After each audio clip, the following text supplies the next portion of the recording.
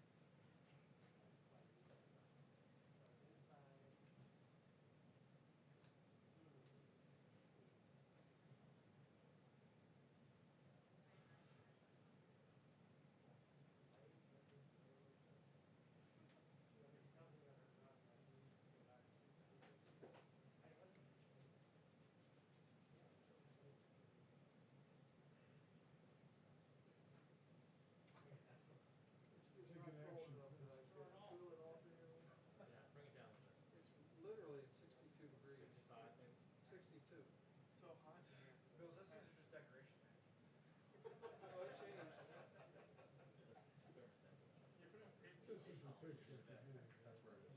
Bill's has got it right on his shoulder. Yeah, let me fix That's those. what it's for. It's got its own Nest app.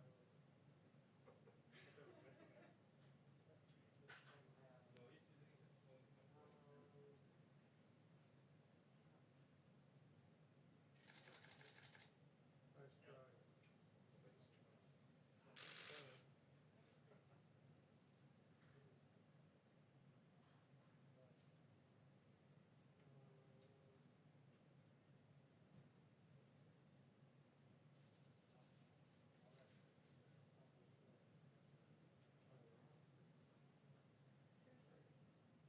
We should just open the door. I won't take all this. 2 minutes of that, it'll be longer than. You wanna let some in for a little bit?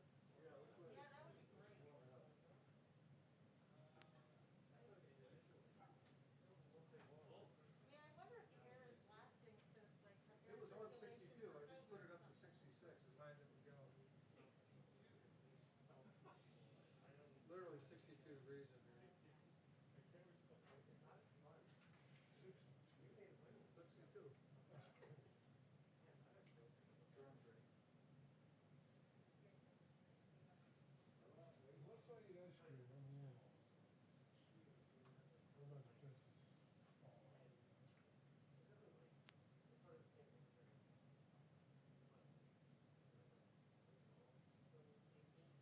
Trying to get you out of here. Yeah. Break into the system. Okay, then I sent you that photo. Did you get it? I got it. Okay, Thank you. perfect. I like that. Did you take any pictures of it?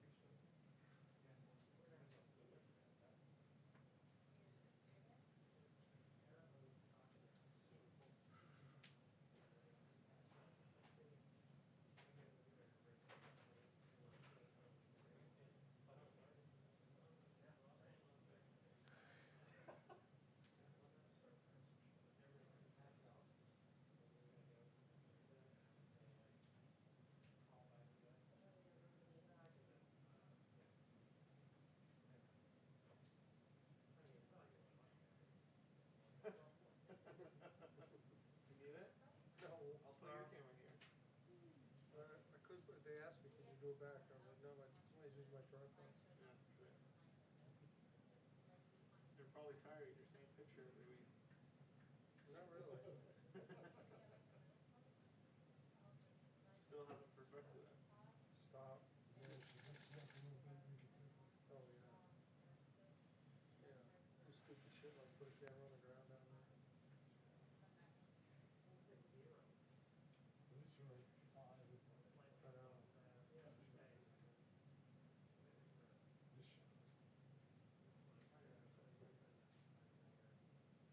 Is that right? Is that not your, it's not your name? You know, last time they didn't even call it.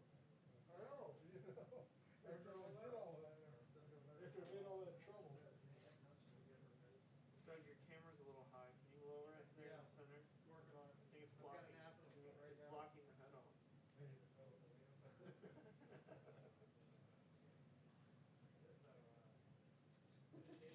It's definitely in the way. it's just an element in the frame now. Right. Makes it all look newsy. That's what you want to call it. Yeah, right, didn't it?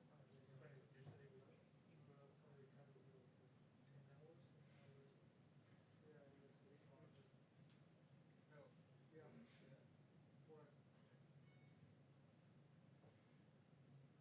Hey, is Taven here tonight? Yeah. He is? He's over in the back. Oh, I have the video for you, I forgot. Which video? I'll come I'll over just there send it to him. later. Great.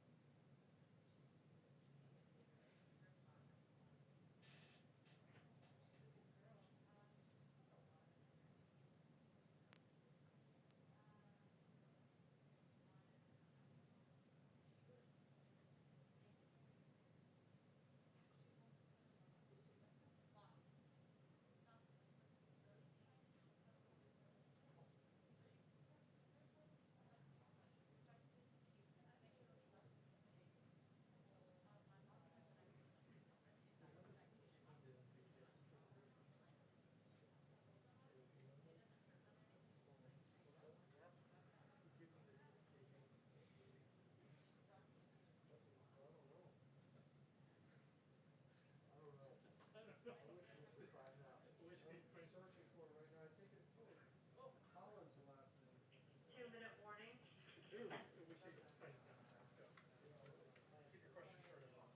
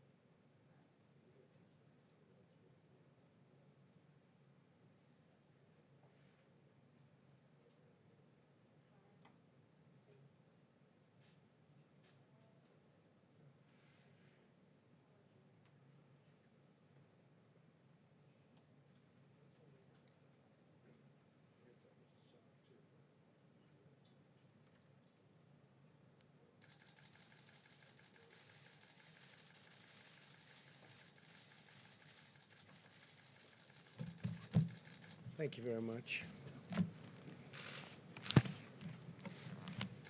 Today, my administration has taken a momentous step toward achieving American pharmaceutical independence. Very, very big step. A focus of our campaign to bring America's critical supply chains and medical manufacturing back to the USA. We've been working on this for a long time. This is a core of our strategy to protect our people from the horrible China virus. Should have never happened, should have never been here. They should have stopped it. In the decades before I took office, foreign nations were allowed to freely plunder our factories and loot our industries, take our business out of the United States. Millions of jobs were vacuumed out, just taken out so easily.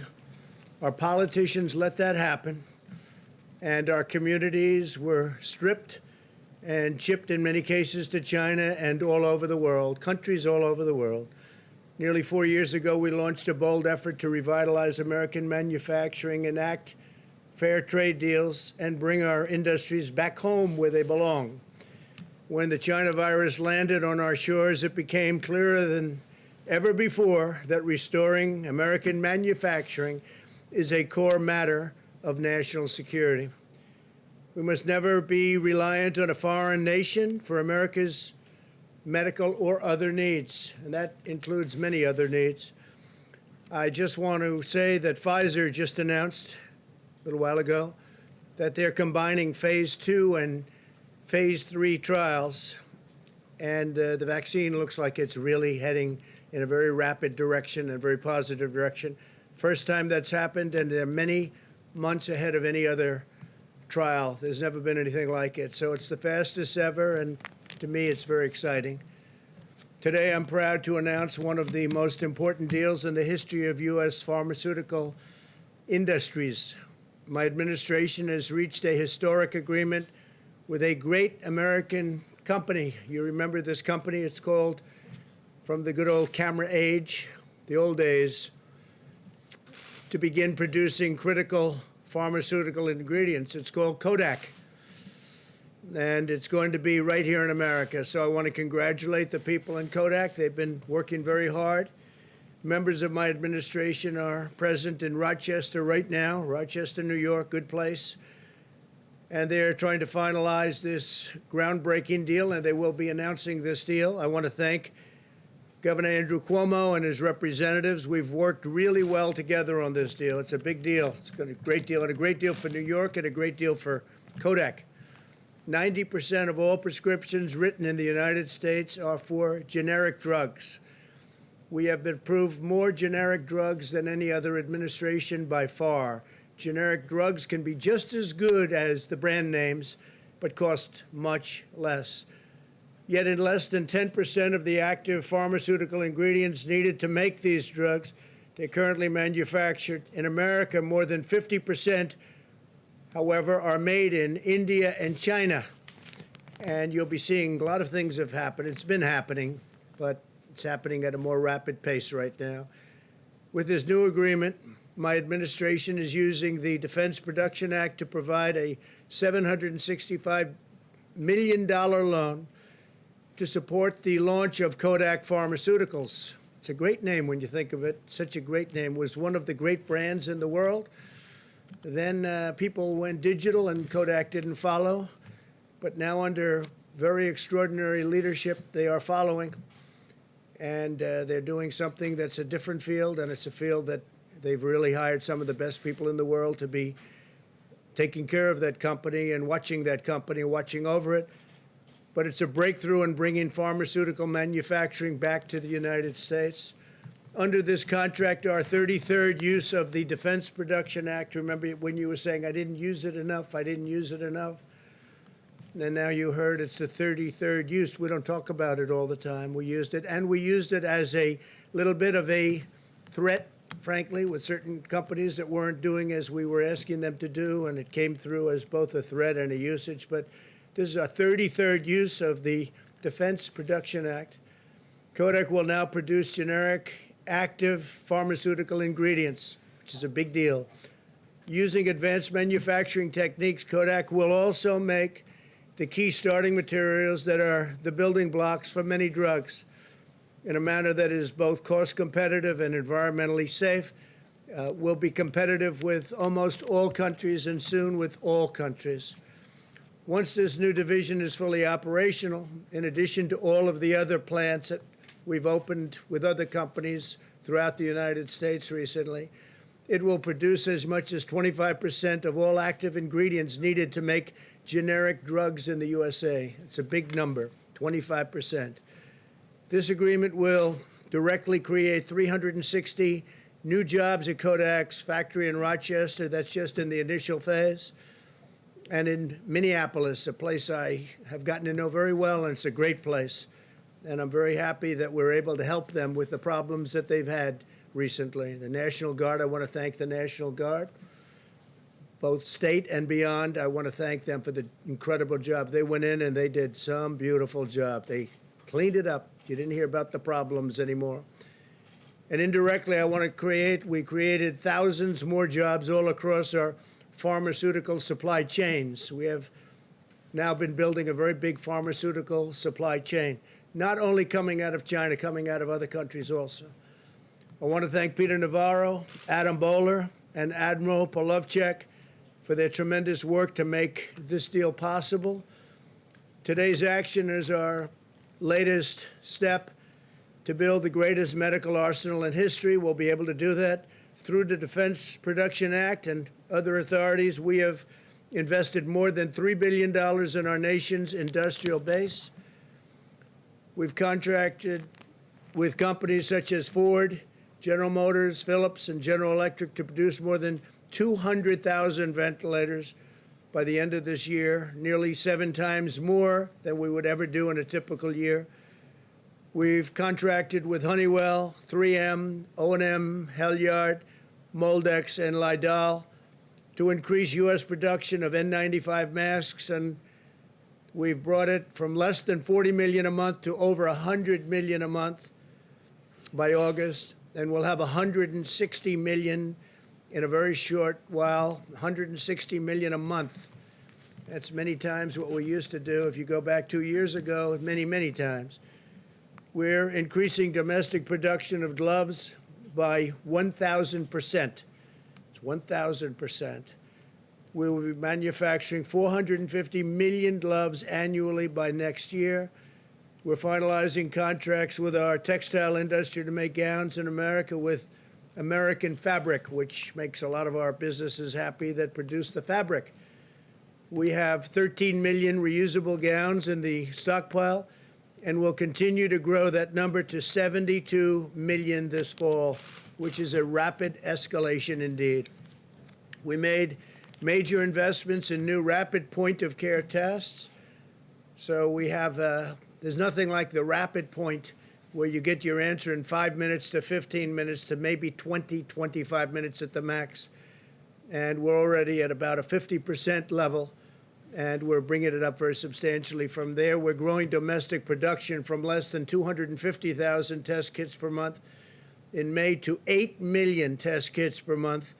There is nothing like this that has ever taken place anywhere in the world or close. Through our partnership with Puritan Manufacturing in the state of Maine, great state, we've increased production of test swabs from 30 million per month in June to 56 million per month now. As you remember, I went to Maine. I went to the plant where they do this. It was incredible. It was a great experience. And we'll produce over 100 million swabs per month by January. We've dramatically ramped up production of materials needed for a vaccine and are on track to rapidly produce 100 million doses as soon as a vaccine is approved, which could be very, very soon, and 500 million doses shortly thereafter. So we'll have 500 million doses. And logistically, we're using our military, our great military, a group of people, their whole life is based around logistics and bringing things to and from locations. And they'll be able to take care of this locationally and bringing it where it has to go very, very quickly. They're all mobilized. It's been fully set up. A very, very talented general is in charge, and when we have that vaccine, it will be discharged and taken care of. It'll be a very, very rapid process all over the country. And perhaps we'll be supplying a lot of the vaccine to other parts of the world like we do with ventilators and other things that we all of a sudden have become very good at making. When the China virus struck our nation, we mobilized the entire government and the private sector to acquire, source, and deliver life-saving supplies.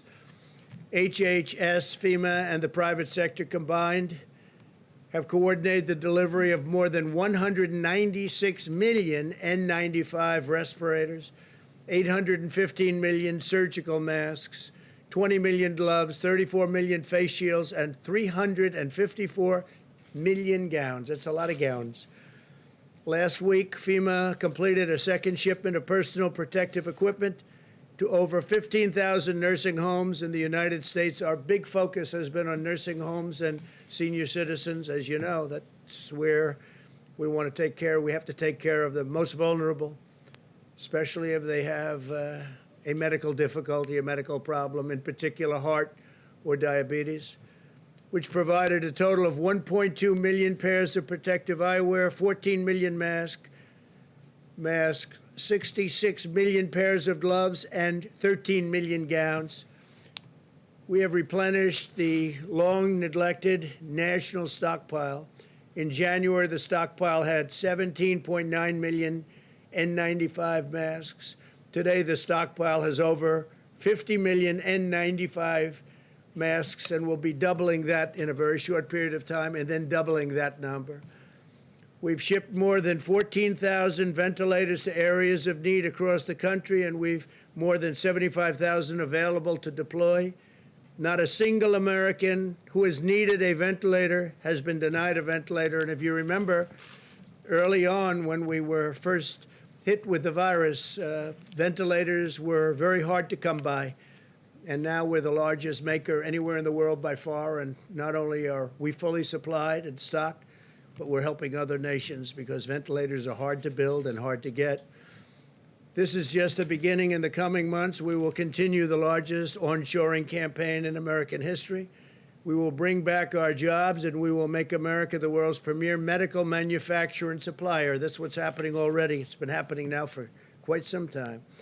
We're seeing improvements across the major metro areas and most hotspots.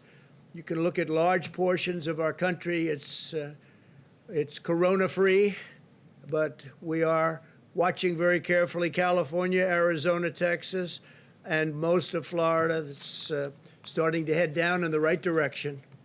And I think you'll see it rapidly head down very soon. But if you look, California, Arizona, Texas, and for the most part, most of Florida starting to head down. In the wake of the recent mass gatherings Americans have witnessed in the streets of Portland and Seattle, we are also tracking a significant rise in cases in both metropolitan areas because of what's been going on. And we, as you know, have done an excellent job of watching over Portland and watching our courthouse where they wanted to burn it down. They're anarchists, nothing short of anarchists, agitators. And we have protected it very powerfully.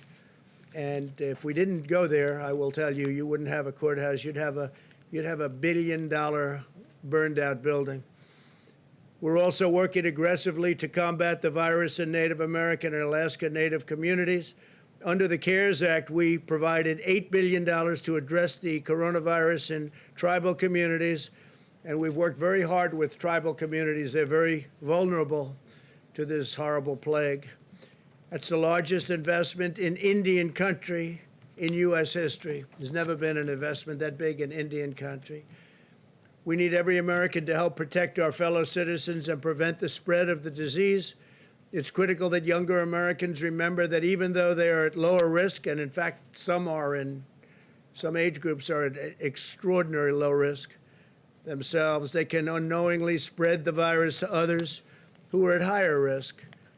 I ask all Americans, regardless of background or age, to practice social distancing, which people have gotten very used to, but we have to keep doing it. Remain vigilant about hygiene, avoid indoor gatherings and large gatherings, but especially indoor, especially where you have crowded bars, and that you wear a mask whenever appropriate. Through the genius of our scientists, the devotion of our doctors, the skill of our workers, and the dedication of our people, we will achieve victory over the virus and emerge stronger than ever before. We're looking at a very powerful year next year economically. The job numbers are looking outstanding, to put it mildly, set records.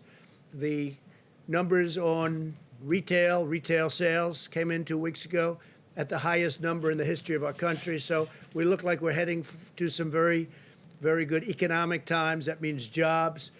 That means stock market. Stock market is already doing very well. It's getting to a point very close to where it was when we had this, when we were hit with the plague. So I just want to thank everybody for being here.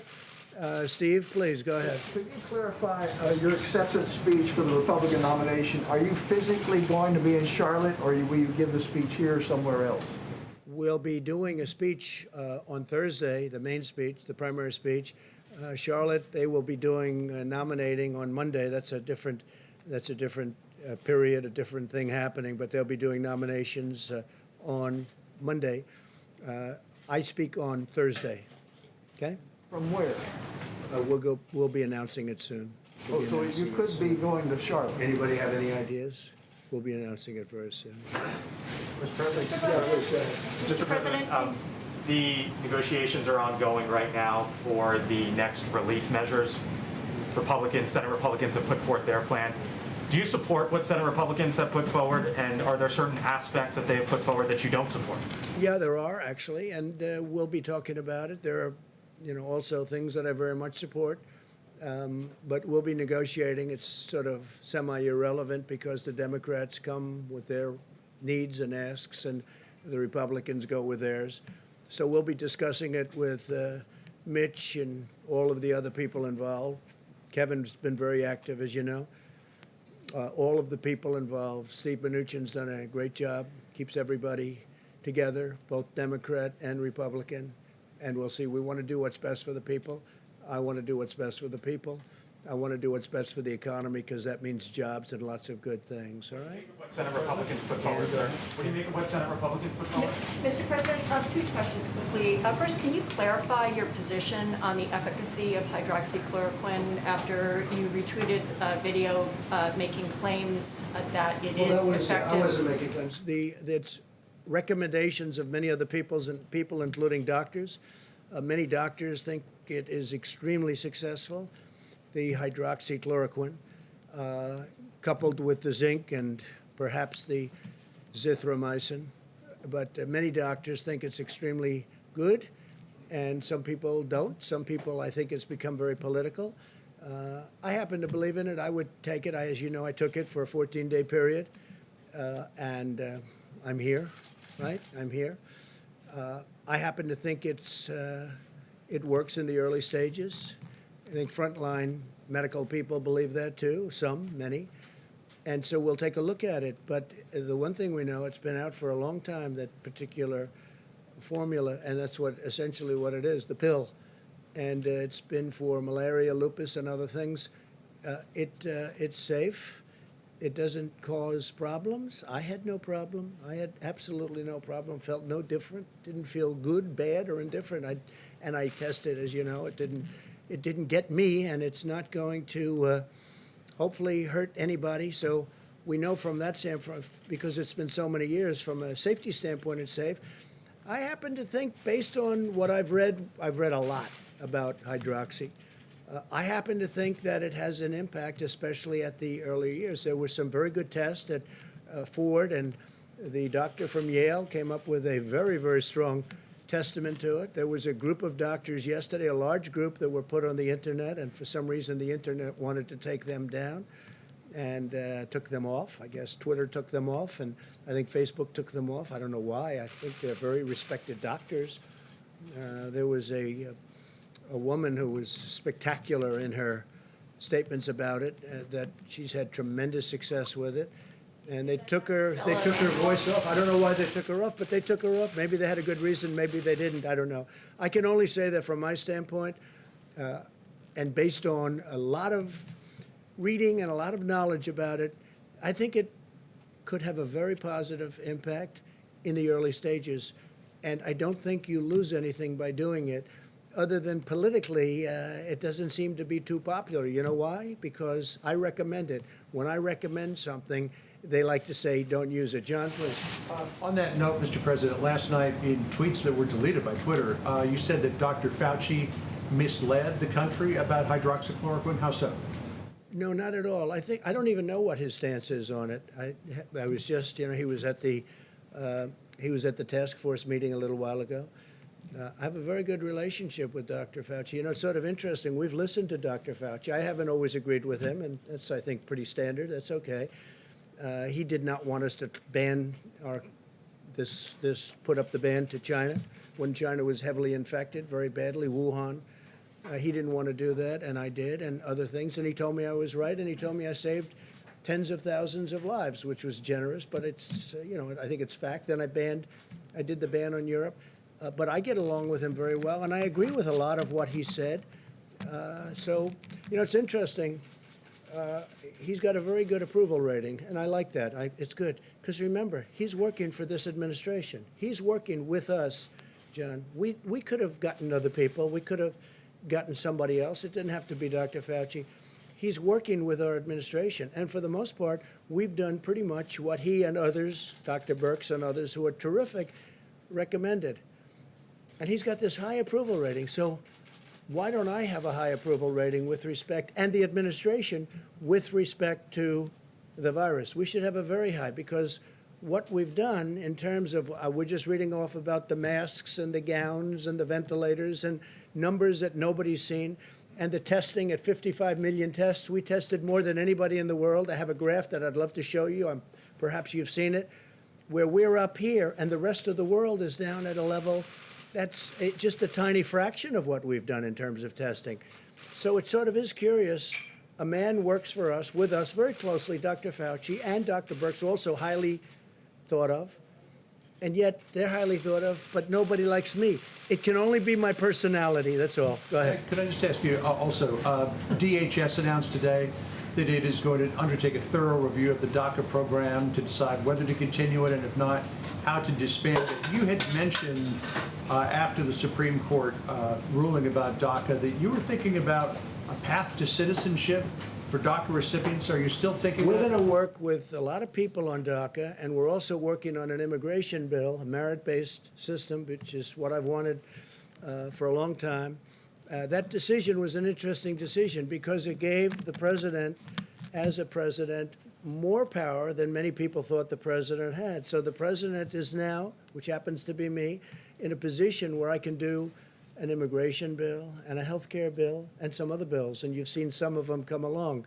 We're going to do tremendous, we just signed it 3 days ago, we're doing tremendous prescription drug price reductions, tremendous. It could be over 50%. Whether it's favored nations clauses or anything else. I mean, it's tremendous numbers we're talking about.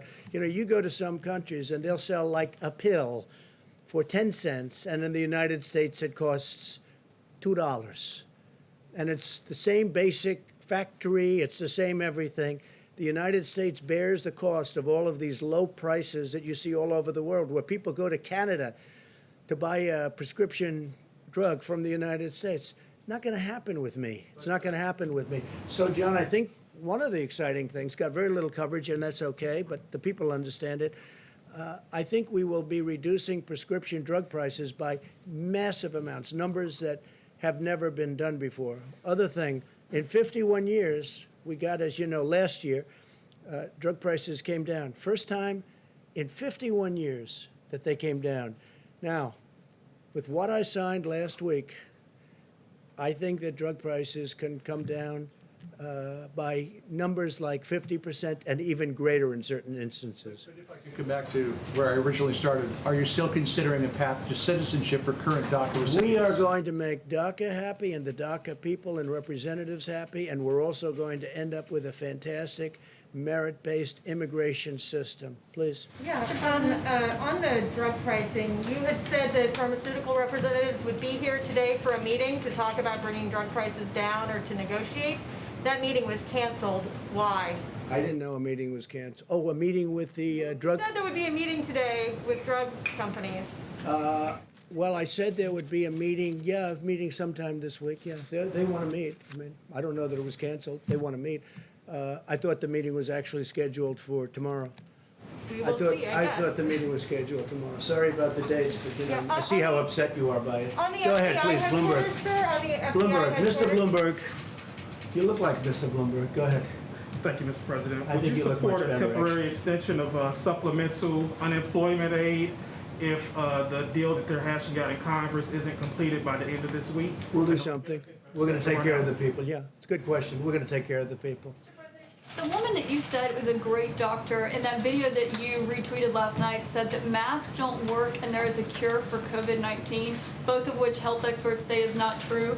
She's also made videos saying that doctors make medicine using DNA from aliens and that they're trying to create a vaccine to make you immune from becoming religious. Well, maybe it's the So- same, maybe it's not, but I can tell you this.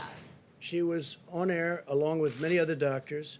They were big fans of hydroxychloroquine, and I thought she was very impressive in the sense that from where she came, I don't know which country she comes from, but she said that she's had tremendous success with hundreds of different patients, and I thought her voice was an important voice, but I know nothing about her. Masks don't work. Yeah, go And ahead, Paul. last week you said Go ahead. masks. Last week, well, real quick. Last Okay, week you said thank you very masks- much, everybody. Thank you. On the COVID relief bill, you said masks do work, Mr. President, so isn't You that said your retweets get you in trouble. Don't you